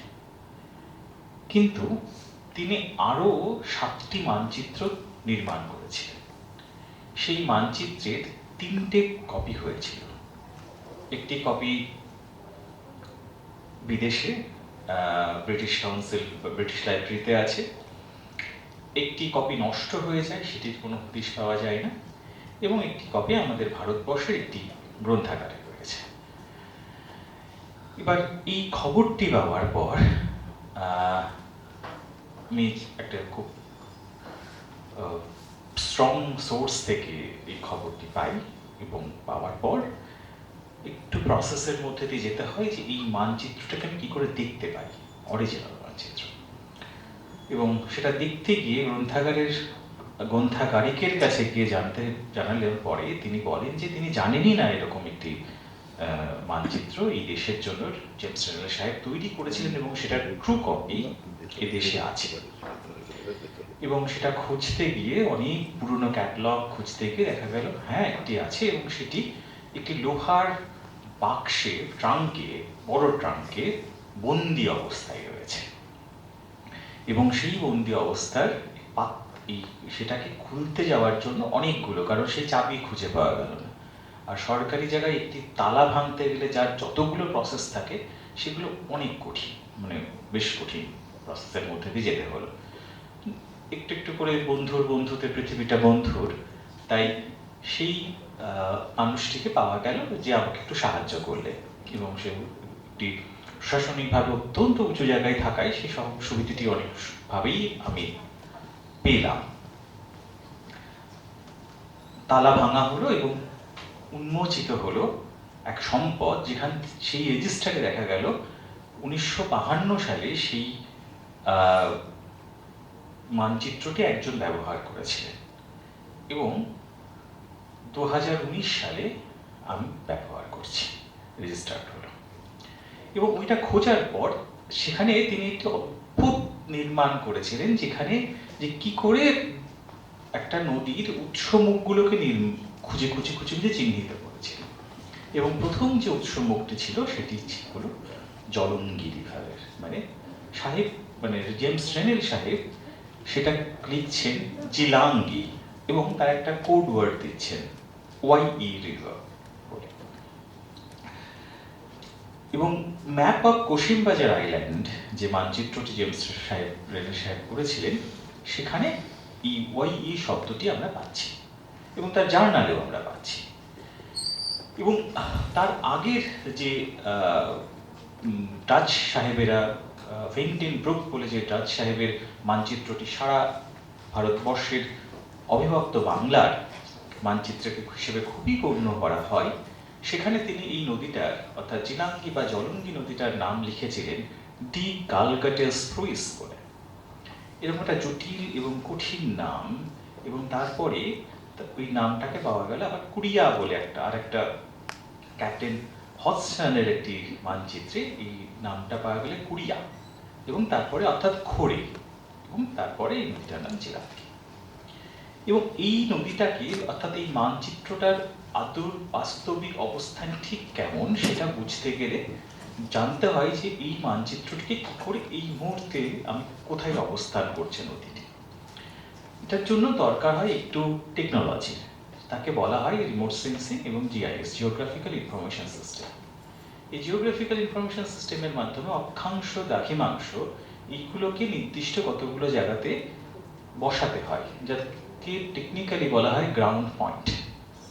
এই গ্রাউন্ড পয়েন্টকে যদি আমরা ঠিকঠাক বসাতে পারি এবং তাহলে সেই মানচিত্রটি ডিজিটাইজড হয়ে যায় এবং সেটি গুগল আর্থ যে সফটওয়্যারটি আমরা সবাই সবসময় ব্যবহার করি তার উপরে ইম্পোজ করা যায়, মানে ছাপিয়ে। এটা করে বোঝা গেল যে নদীপথ আমি পাচ্ছি সেই নদীপথ আজকের পথ নয়, এবং সেটাকে আস্তে আস্তে খুঁজতে যাওয়া হলো। এবং খুঁজতে যেতে গিয়ে তখন জানতে এবার যে মনে হলো যে এই জেমস রেনেল সাহেব কিভাবে খুঁজেছিলেন সেটা জানা যায়। 39 জন সহায়ককে নিলেন। তার আগে এই সহায়ককে নেওয়ার আগে একটা ছোট্ট কথা বলতে হবে। এই ভারতবর্ষ কিন্তু নদীর দান, নদী জপমালা ধৃত প্রান্তর। এই ভারতবর্ষে নদী আমাদের ইতিহাস নির্মাণ করে, এবং সে কথা খুব গুরুত্বপূর্ণভাবে বলে গেছে নিহার রঞ্জন রায়। নিহার রঞ্জন রায় নদীকে কখনো সম্পদ বলেননি, তিনি বললেন নদীকে সম্বল। অর্থাৎ সম্পদকে আমরা যে কোনোভাবে নষ্ট করতে পারি, কারো বাবার বেশি পয়সা থাকলে সে বেশি করে উড়ায়, কিন্তু তার যদি লোটা কম্বলটাই সম্বল থাকে তাহলে সেটা কিন্তু সে নষ্ট করে, সেটাকে আঁকড়ে রাখে, আগল দেয়। এই আগল দেওয়ার যে প্রক্রিয়া সেটার মধ্যে দিয়ে আমরা নদীগুলোকে বাঁচিয়ে রেখেছি, আমরা নদীগুলোকে ভালোবেসেছি। তাই আমরা নদী তোমাকে মা বলে রেখেছি। একমাত্র ভারতবর্ষ যেখানে আমরা নদীকে মা বলে ডাকি, এবং এখানকার যে বিশ্বাসগুলো রয়েছে সেগুলো কিন্তু তার স্তরে স্তরে নির্মিত হয়। যদি আমরা উপকথাগুলোকে খুঁজি নদীর, সেখানেও আমরা সেই কথাগুলোকে পাবো, জানতে পারবো। আসা যাক প্রসঙ্গে। এই যে মানচিত্রের কথা বলা হলো, সেই মানুষগুলো কেমন করে, তাহলে সেই সাহেব কি করলেন একটি ছোট্ট দুটো নৌকা নিলেন। কেন নিলেন? কারণ সাহেবরা বাংলার নদীগুলোকে বোঝার চেষ্টা করেছিলেন, কিন্তু তার আগে কি বাঙালিরা বা এই বঙ্গদেশের মানুষেরা নদীগুলোকে কি বোঝার চেষ্টা করেনি? এই প্রসঙ্গটি আমার বারবার ধাক্কা দিয়েছিল। আমাকে মানে হচ্ছে আমাদেরকে, যারা আমরা এই জলকে যাপন করি বা নদীর সঙ্গে সহ যোদ্ধা হিসাবে কাঁধে কাঁধ মিলিয়ে বাঁচানোর লড়াই করি বা তাকে ভালোবাসি, সেই নদীকে বাঙালিরা অর্থাৎ বাংলার মানুষেরা তারা নদীকে ভালোবেসেছিল এবং তারাও একটা নদীর মানচিত্র নির্মাণ করেছিল। আপনারা দেখবেন যে বাংলার নদীর মানচিত্রকে যদি খুব ভালো করে বুঝতে হয় তাহলে বিভিন্ন অঞ্চলে, ভারতের বিভিন্ন অঞ্চলের আলপনাগুলোকে আপনি সংগ্রহ করুন এবং তারপরে পাশে যদি একটি ভূগোলের ম্যাপ রাখেন এবং সেগুলোকে যদি ডিকোডিং করেন, আপনি দেখবেন যে পুরোটা বাংলার মেয়েরা সেই আলপনার মধ্যে দিয়ে ধরে রেখেছিল। এবার তাদের তো শিক্ষা ছিল না, কিন্তু সাহেবরা একটু ভেবেছিল একটু বেশি, কারণ বাণিজ্যিক স্বার্থেই তাদেরকে ভাবতে হয়েছিল, এবং বাণিজ্যিক স্বার্থে ভাবতে হয়েছিল বলেই তাদেরকে প্রথমেই বলা হলো যে তোমরা আগে নদীকে জরিপ করে ফেলো, এবং সেই জরিপের ইতিহাসটা শুরু হলো জেমস রেনেলের হাত ধরে। কারণ সিস্টেমেটিক সার্ভে কিন্তু রেনেল সাহেবই করছেন। তার আগে যে সমস্ত মানচিত্র আমাদের হাতে রয়েছে সেগুলো অত্যন্ত ভুলে ভরা। তিনি কি করলেন, একটা ছোট্ট চাকা নিলেন, সেই চাকাটিকে একবার খোলালে 4 ইয়ার্ড যাওয়া যায়, দৈর্ঘ্য বরাবর যাওয়া যায়, এবং একটা কম্পাস নিলেন এবং একটা কাগজ এবং কলম, মানে সেই তখনকার কলম। তখন তিনি ছবি আঁকছেন। একটা কম্পাস ট্রু নর্থ, অর্থাৎ যেটা একদম সোজাসুজি তো কম্পাস থাকে না, একটু হেলে থাকে, ট্রু নর্থ থেকে কতটা হেলে আছে একটা নদী, এবং তারপরে সে যখন নৌকাটা নিয়ে যাচ্ছে তার ওই চাকাটা কতটা ঘুরছে, এইরকম করে করে ছোট ছোট গ্রাউন্ড পয়েন্ট করে, এবং সেখানে হচ্ছে অক্ষাংশ দ্রাঘিমাংশ চারটে খুঁটি পুঁতে যেভাবে তৈরি করেছে সেটা আজকের দিনে অসম্ভব, আপনি ভাবতে পারবেন না। এবং সেটার তার একটা ছোট্ট জায়গা দেখা যাচ্ছে যে কিভাবে তার লড়াই করছে, সেটা তিনি তার জার্নালে লিখছেন। সেই জার্নালে একটু ছোট্ট অংশ আপনাদেরকে বলি। নদী জরিপের জন্য রেনিল সাহেব ৩৯ জন সহায়ককে নিয়ে ১৭৬৪ সালের ৭ মে ভাগীরথীর পথ ধরে নৌকা নিয়ে যাত্রা শুরু করলেন। নবদ্বীপের কাছে পৌঁছে মোহনার মধ্যে দিয়ে জলঙ্গির পথে প্রবেশ করে পদ্মা হয়ে ঢাকা নিয়ে যান। ১২ মে ১৭৬৪ সালে তিনি প্রথম জলঙ্গির মোহনাতে প্রবেশ করেন। সেই সময় নদীর মোহনাটি ছিল সংকীর্ণ, কেবলমাত্র মাঝারি আকৃতির নৌকা নদী দিয়ে চলাচল করতে পারত। হাউতনগরের কাছে জলঙ্গি প্রশস্ত ছিল ১৫০ ইয়ার্ড। তারপরে দেখুন, এরকম ভাবে রেনেল সাহেব চলছেন। ১৪ই মে রেনেল সাহেব প্রচন্ড ঝড়ের মধ্যে পড়লেন, কাজেই তিনি নদীপথে ১৬ মাইল বা ২৫.৭৪ কিলোমিটারের বেশি যেতে পারলেন না। নদীডাঙ্গার কাছে এসে রেনেল সাহেব রাতে বিশ্রাম নেন। ওই রকম অন্ধকার, তার মধ্যে ওই রকম অজানা নদী পথ, তার পাশে ঘন জঙ্গল, এবং রাতের যে চাঁদের আলোয় লহমা গোনার সেই ক্ষমতা তার নেই, কিন্তু সে লড়ে যাচ্ছেন একটা নির্ভুল মানচিত্র নির্মাণ করার জন্য। এই লড়াইটা যদি রেনেল সাহেব না করতেন, তাহলে আজকে আমরা যে মানচিত্র বা আমরা গুগল ম্যাপের যে গল্পগুলো বলি সেগুলো আমাদের কাছে অনেক অধরা ছিল। মজার কথা বলি, কেন প্রথম থেকেই জলঙ্গির কথা আসছে, জলঙ্গি জনপদের কথা আসছে, তার কারণ ভারতবর্ষের যে প্রথম রেনেল সাহেব যে নদীটার পথ দিয়ে মানচিত্র যাত্রাপথ শুরু করেছিলেন সেটা জলঙ্গি ছিল। এবং জলঙ্গিটা কেন গুরুত্বপূর্ণ ছিল? এই কারণে গুরুত্বপূর্ণ ছিল কারণ ভাগীরথীতে জল থাকতো না। সে কথা জানা যাচ্ছে যে জেমস লং সাহেবের একটি ভ্রমণ বৃত্তান্ততে। তখন কিন্তু এই নদীটাকে গঙ্গা বলা হতো না, বলা হতো কুশিমবাজার রিভার বা কাশিমবাজার নদী। তা লিখছেন সাহেব, বলছেন the Cossimbazar river was almost dry from October to May. এই সময় তার নদীর বুকে কোনো জল নেই, শুধু একটা নদীপথ, দ্য গ্যালগাটিস স্লুইস বা জিলাঙ্গি বা ওয়াই রিভার, এই নদীটা দিয়েই মানুষ যাত্রা করে পৌঁছতে পারবেন পদ্মাতে।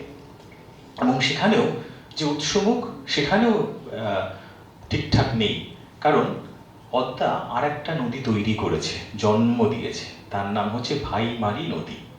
এবং ভাইমারি নদীকে যদি আমরা কোনোভাবে ধরতে পারি, তাহলে সেই পথ দিয়েই আমরা খুব তাড়াতাড়ি পৌঁছে যেতাম পদ্মাতে, এবং তারপর ওপার বাংলা অর্থাৎ বাংলাদেশে। এই যাত্রা পথ আসলে নদীর যে যাত্রা নির্মাণের পথ সেখানেই জুড়ে যায়। এবং প্রাণী রেনেল সাহেব চলে গেলেন ১৭০০ সালের পর, আসলে ১৮০০ সাল। এবং ১৮০০ সালে কাপল্যান্ড সাহেব এক্সিকিউটিভ ইঞ্জিনিয়ার হিসেবে দায়িত্ব পেলেন নদিয়া রিভার ডিভিশনের। এই নদিয়া রিভার ডিভিশন মানে কিন্তু এই এতদ অঞ্চল সবটা রয়েছে, একদম মুর্শিদাবাদ পর্যন্ত, ওপার বাংলা, ওখানে হচ্ছে যশোর, খুলনায়, এই বিশাল অঞ্চলটাকে নদিয়া রিভার ডিভিশন বলা হতো। এবং সেখানে মাথাভাঙা নদী,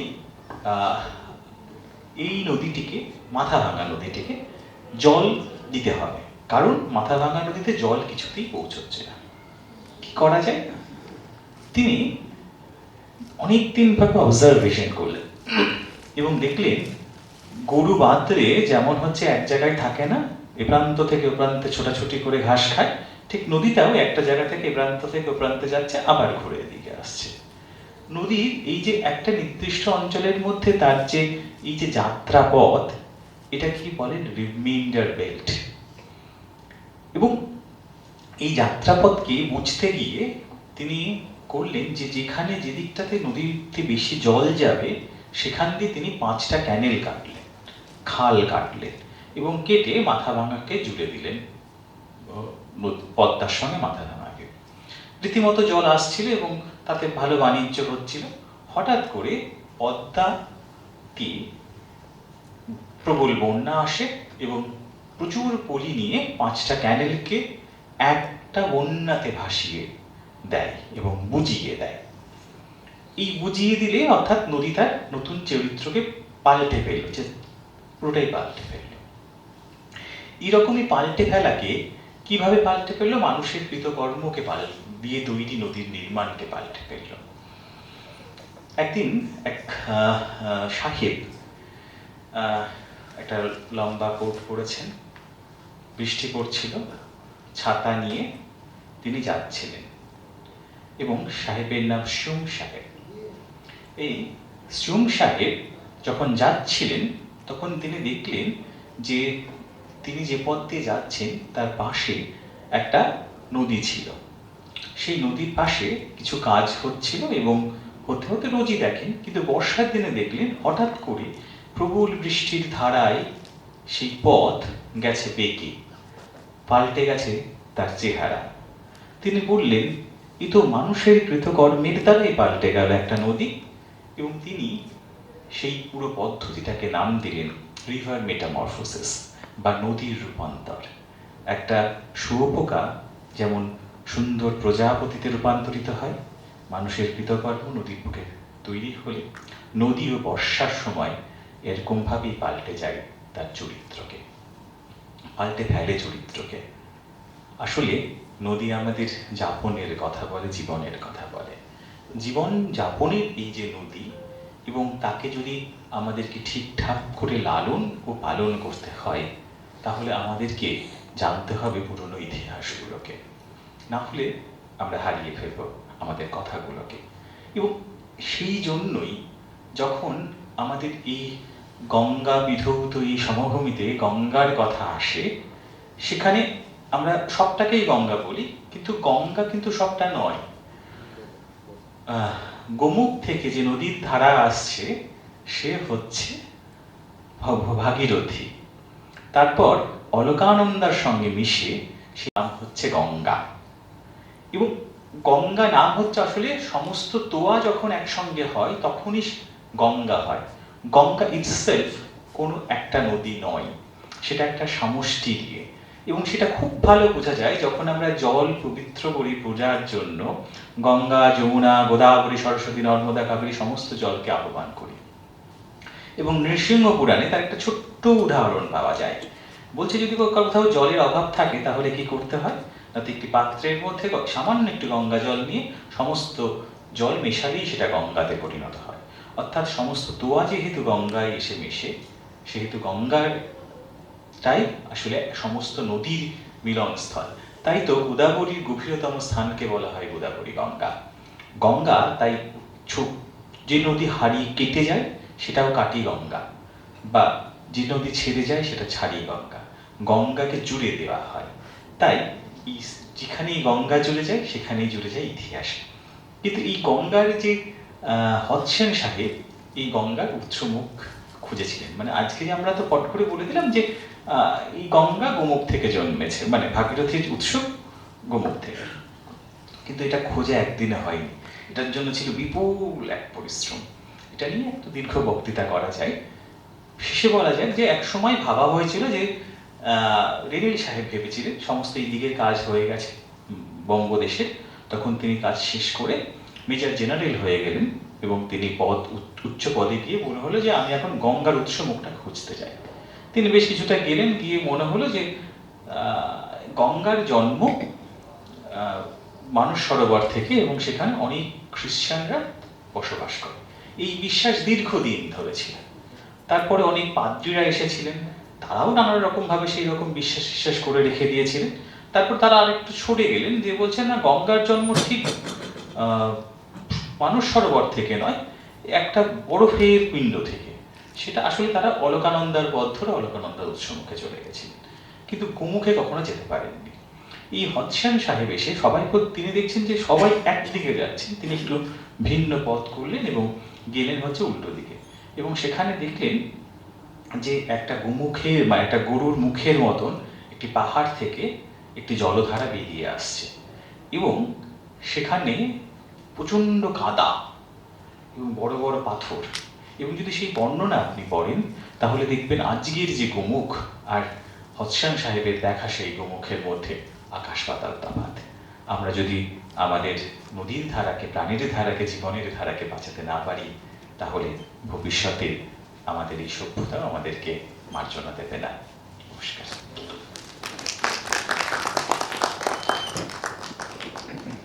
ধন্যবাদ সুপ্রতিম কর্মকার মহাশয়কে।